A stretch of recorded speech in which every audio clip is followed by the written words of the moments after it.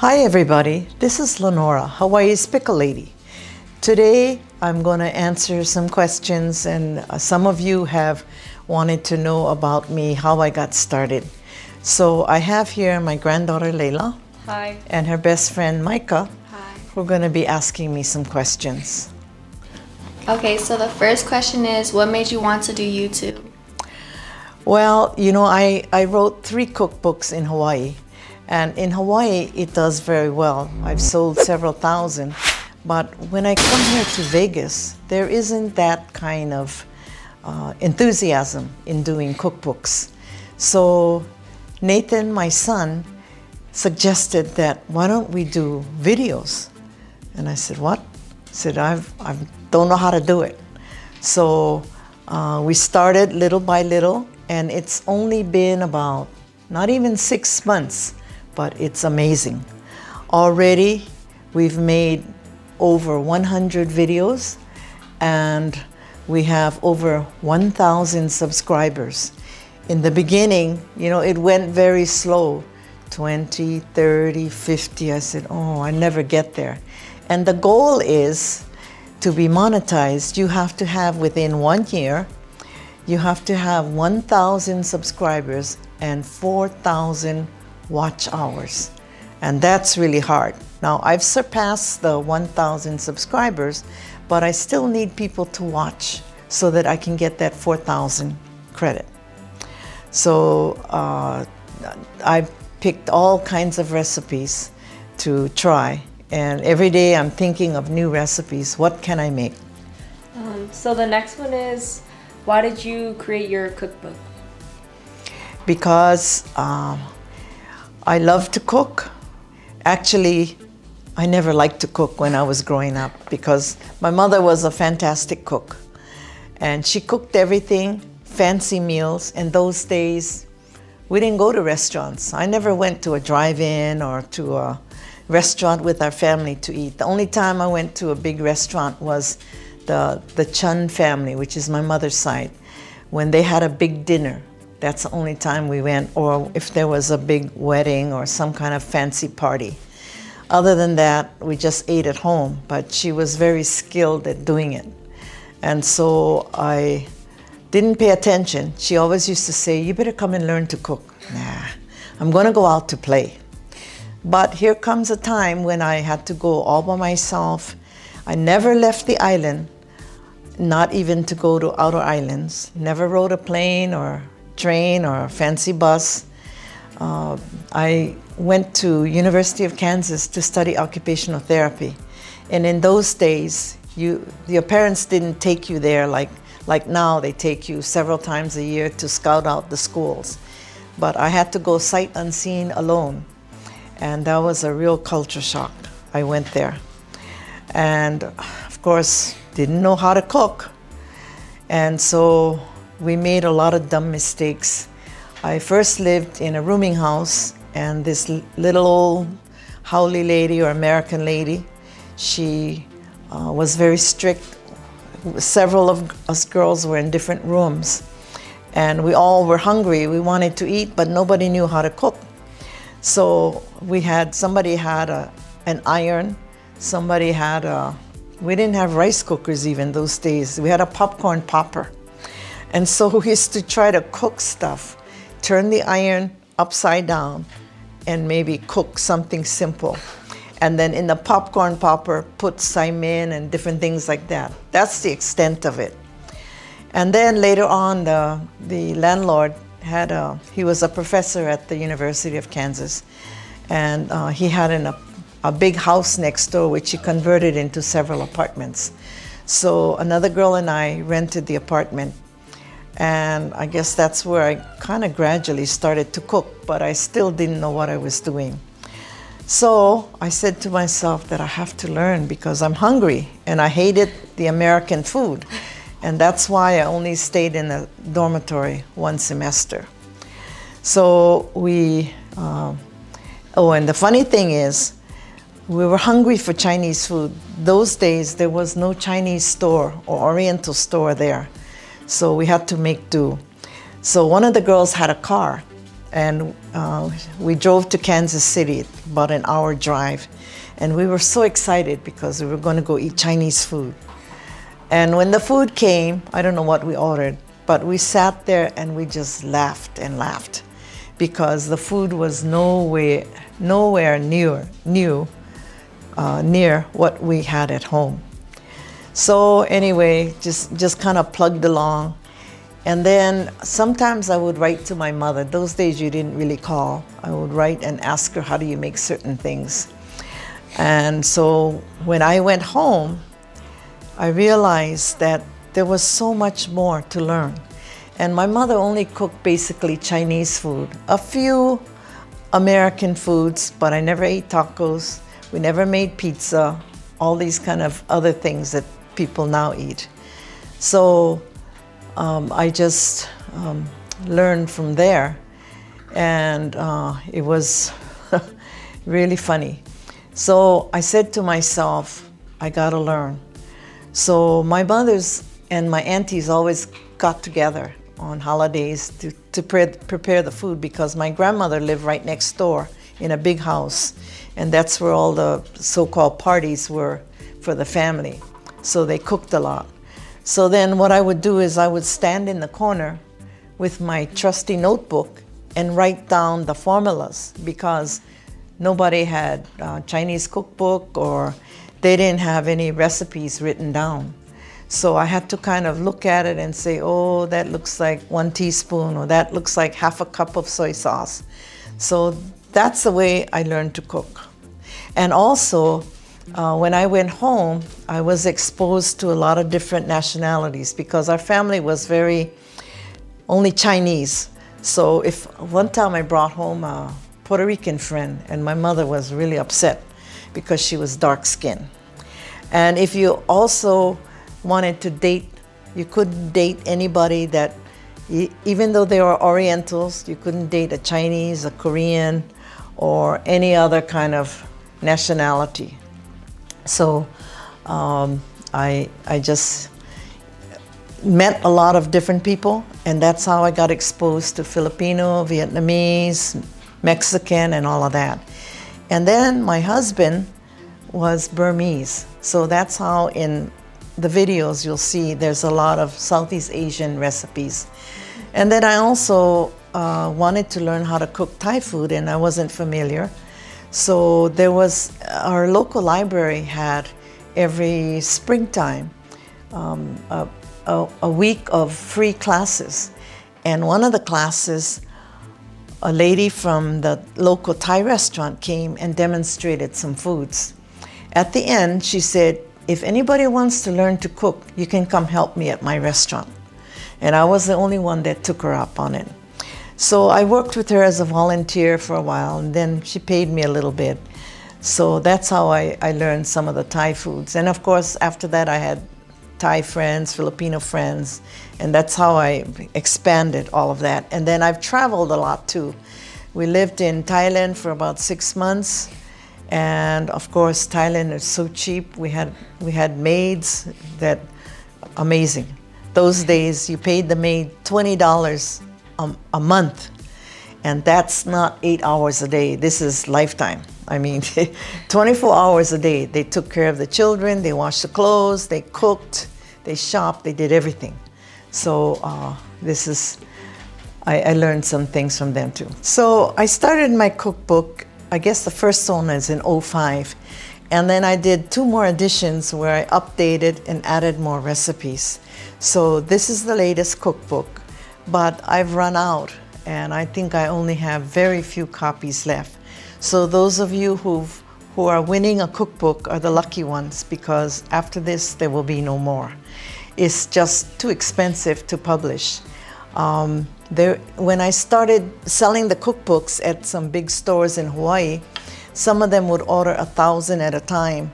And so I've decided I'm not going to do anymore. I think the video is better because now people can actually see how to make it. If you just read a cookbook, it's not the same if you just make it. But when you see me make it, and I heard a lot of comments from you saying you like the way I teach and it's easy to follow.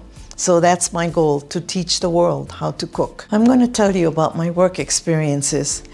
My first job after graduating from University of Kansas was working at San Francisco General Hospital in a psychiatric unit.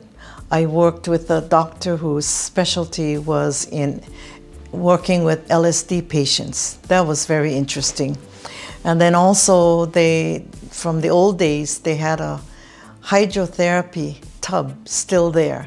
It was a tub that they actually put patients in, and they put a canvas on top, so only their head and part of their hands was visible.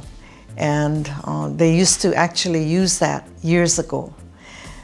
And then after that, I worked with some severely disabled individuals and young children who had cerebral palsy and other disabilities. And then we moved around quite a lot. Almost every year we moved. And so I've worked in California several times. I've worked in South Carolina for 4 years as in teaching occupational therapy assistant program, and also working with the psychiatric patients there. And then in Hawaii, I worked, the last job I had lasted for 24 years, where I retired from the state of Hawaii. And so I worked with the blind there, and it was very interesting because I taught them cooking classes there. Plus I taught ADL, which is activities of daily living, like how to use the phone, how to tell time, how to handle your leisure time activities, and talked a lot to them because many of them were so depressed that they no longer could drive, they couldn't do the things that they loved to do, they couldn't work anymore, they had to depend on family. So they had to learn all new things, even how to cook, how to handle a hot stove, and how to fry even a hamburger when you can't even see, things like that. And I also worked with a group of mentally retarded individuals who were also blind, some of them totally, some of them not. But I also took them on trips by foot, by car, by bus, so that they could experience what it was like outside. And also to teach the public that they needn't be afraid.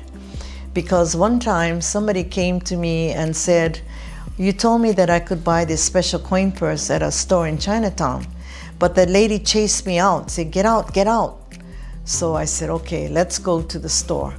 And I went to the store, and the lady was very apprehensive, and she says, "No, no, no, don't come in, don't come in." I said, "No, why?" They said, "Oh, they're gonna break something." I said, "Don't worry, I'm with them. I'm the teacher, and I want them to come into your shop to give you some business. They want to buy a special coin purse." So as I explained to them, then they understood. And then later on, when other clients went there to buy their purses, there was no problem. So you see, there was a lot of education in that too. And so when I retired, I came to Las Vegas to visit several times to decide if I wanted to stay here. And I thought, well, maybe I'll work again. But then when I got here, I decided, you know what, I've worked for 50 years over as an occupational therapist, and I think that's enough. But even when I retired at 62, I couldn't keep still.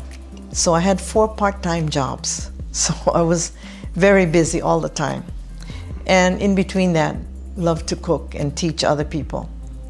So that's my story. Would you ever want to run your own restaurant? No, because I've seen people and I've heard people, and even if it's a small business, it's 24/7. You can't go home 8 to 5 and stop cooking. You have to prepare the morning before you open, then you have to run the business during the day, and after that, you got to prepare for the next day. So it's too much work. I mean, I'd rather do this. I love doing this. What was your favorite food growing up? I think one of my favorites as a kid, you know, in Hawaii we have rice cakes. Of course, we have a lot of Oriental things, a lot of Chinese things. These rice cakes are made with rice flour, and there's two types: the spongy type that has a lot of holes in it, and they cut it like triangles, and they steam it in a big steamer, and then they cut it in diamonds. But they also used to have one that's more translucent and little thicker, but they call it 9-layer cakes. So they cut it in diamonds also, but they were actually, you could peel off 9 layers, and the top layer, all the 8 layers were white. The top layer was brown. I guess they put brown sugar. So that was a favorite part. So as kids, we would sit there and peel it off rather than just bite the whole thing. So that was very delicious. And now they don't even make the 9-layer cakes anymore because I guess it's too much work, but you still can find the spongy one. And one day I'll make this recipe. What's the worst cooking mistake you've made? I don't know, there's so many, especially in the beginning when I didn't know how to cook. I mean, I try to combine things, and sometimes I just have to throw it away because it didn't look good, it didn't taste good. And I remember I thought I could make pancakes, and I went to my brother-in-law and sister-in-law's house in California, and I said, okay, I'm gonna make pancakes. Well, it totally flopped. It was thick and hard, not light and fluffy. Of course, since then I've mastered it and I can do it. The next one is, what was the hardest dish to make? I think one of the hardest things to do is the one I just made, the Kau Yuk, which is the braised belly pork alternated with potatoes and the belly pork skin side down.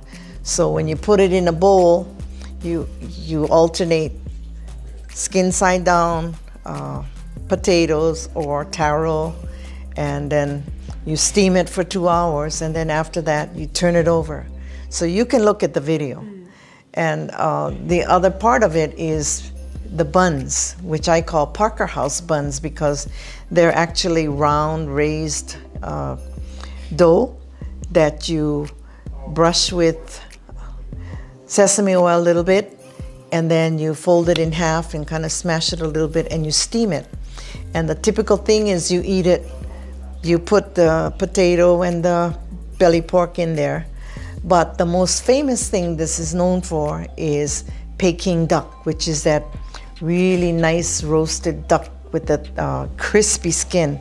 So when you go to a restaurant, they bring out the duck, and then sometimes they'll show you right there how they take off the skin and a little bit of the meat. And they'll put a piece of the skin in there and put some hoisin sauce and a little bit of green onion slices, and you eat it like a sandwich, and that is very delicious. Yeah. What's one dish that you enjoy cooking for your family? The thing that I enjoy the most making for the family is tomato-based foods. So I make a lot of the sauces using all the herbs and tomatoes and peppers from the garden. So I freeze them flat, and then when I'm ready, I cook chili, spaghetti, lasagna, and other things that I can use the sauces for. I go to the San Miguel Community Garden a lot. It's a 2-acre free garden, and they have all kinds of things. Of course, right now everything's dead pretty much, and they're getting ready to plant some things that'll grow in a few months. But the only thing they have is probably some herbs and some of the root vegetables like, let's see, radishes, turnips, and also things like kale and lettuce grow very well. Yeah.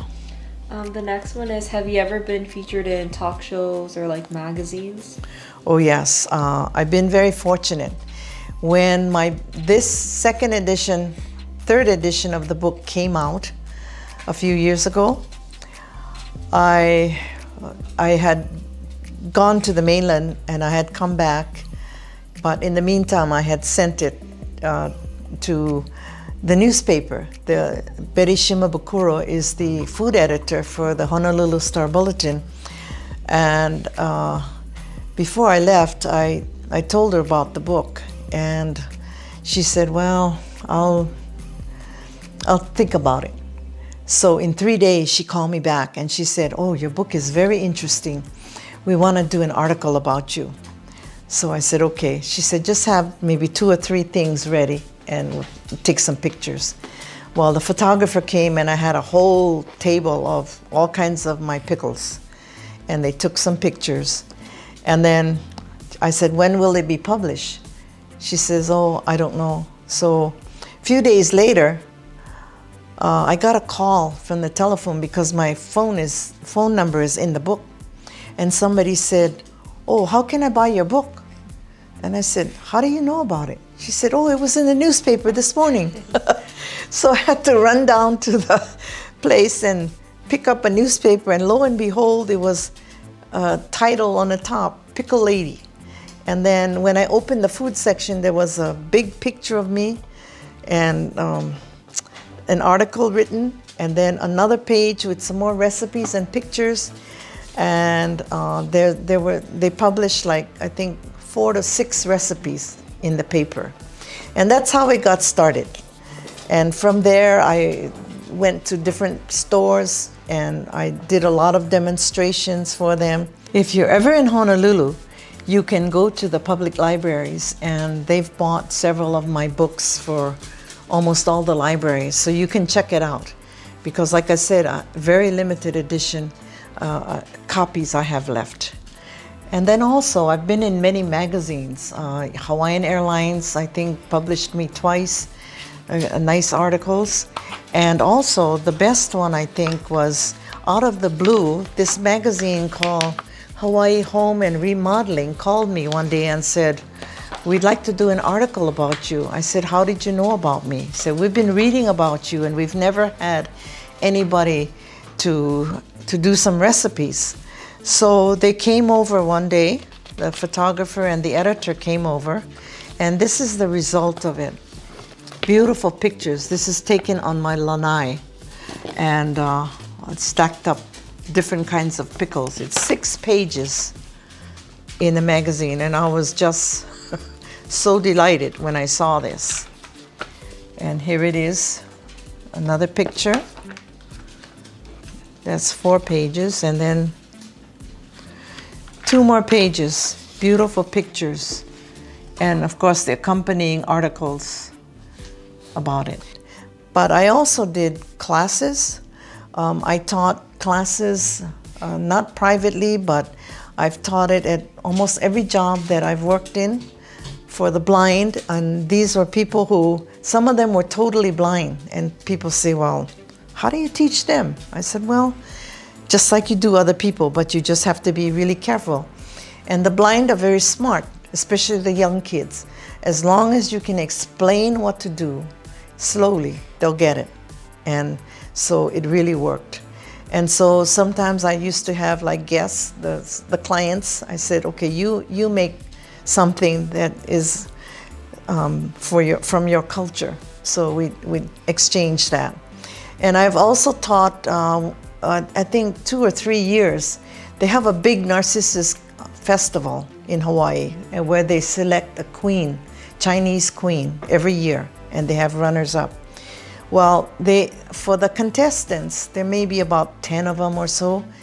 They go through a very rigorous kind of training to learn Chinese culture, like how to carve narcissus plants into beautiful flowers that'll come up really nice, and the culture, how to dress, how to speak. But one of the classes they had was how to cook. So they asked me if I would do some classes for them. So I taught them different things, different Chinese things, like the Char Siu Bao and other kinds of Chinese dishes. And that was really enjoyable. And also, I've been on TV, let's see, about 2 times, I think, over there. And I've been on radio stations in Hawaii and also in Las Vegas. And I've done many demonstrations at almost all the public libraries in Honolulu. And then I've gone to senior citizens, to recreation groups, to churches, to big teachers' conferences, all kinds. I mean, sometimes there was over 100 people that were there. And so these are all the different things that I did. What advice would you give to people that want to start cooking? Well, my advice is it's never too late, no matter if you're young or you're old. I have my youngest grandchildren since they were like 5 or 6 in Hawaii when I lived there. I would always go over there, and about once a week I'd cook dinner for them, and I'd get the kids involved, and they were very interested. And now they're like 11 and 17. The younger one is 5, but you know, he's too young, but that'll come later on. And so I've taught them some very complicated kinds of dishes, like making lau laus, making Joong, which is a tea leaf that is wrapped with sticky rice and beans and a duck egg and some meat on the inside. And you have to tie it a certain way, make it like a cone. It's an art to do. But the 2 girls got it just about. I think they almost can do it by themselves. So hopefully they'll continue practicing. And you know, my daughter, she says, you better learn from Grandma, because I'm never making this stuff. It's too complicated. So, but you know, you just have to keep trying. And when some of you write to me, I tell you that, you know, just don't look at the recipes, but actually try some. And there are some that are very easy. Oh, and then coming up will be New Year's, Chinese New Year, usually in February. So I've taught my grandchildren how to do that, but this is a very complicated kind of dish that sometimes takes up to 20 different ingredients, fresh, dried, canned, and you have to soak them, you have to cut them, you know, there's a lot of steps involved. And I'll probably do that on the video because one of you requested this. Jai, J-A-I, it's a monk's dish, it's all vegetarian.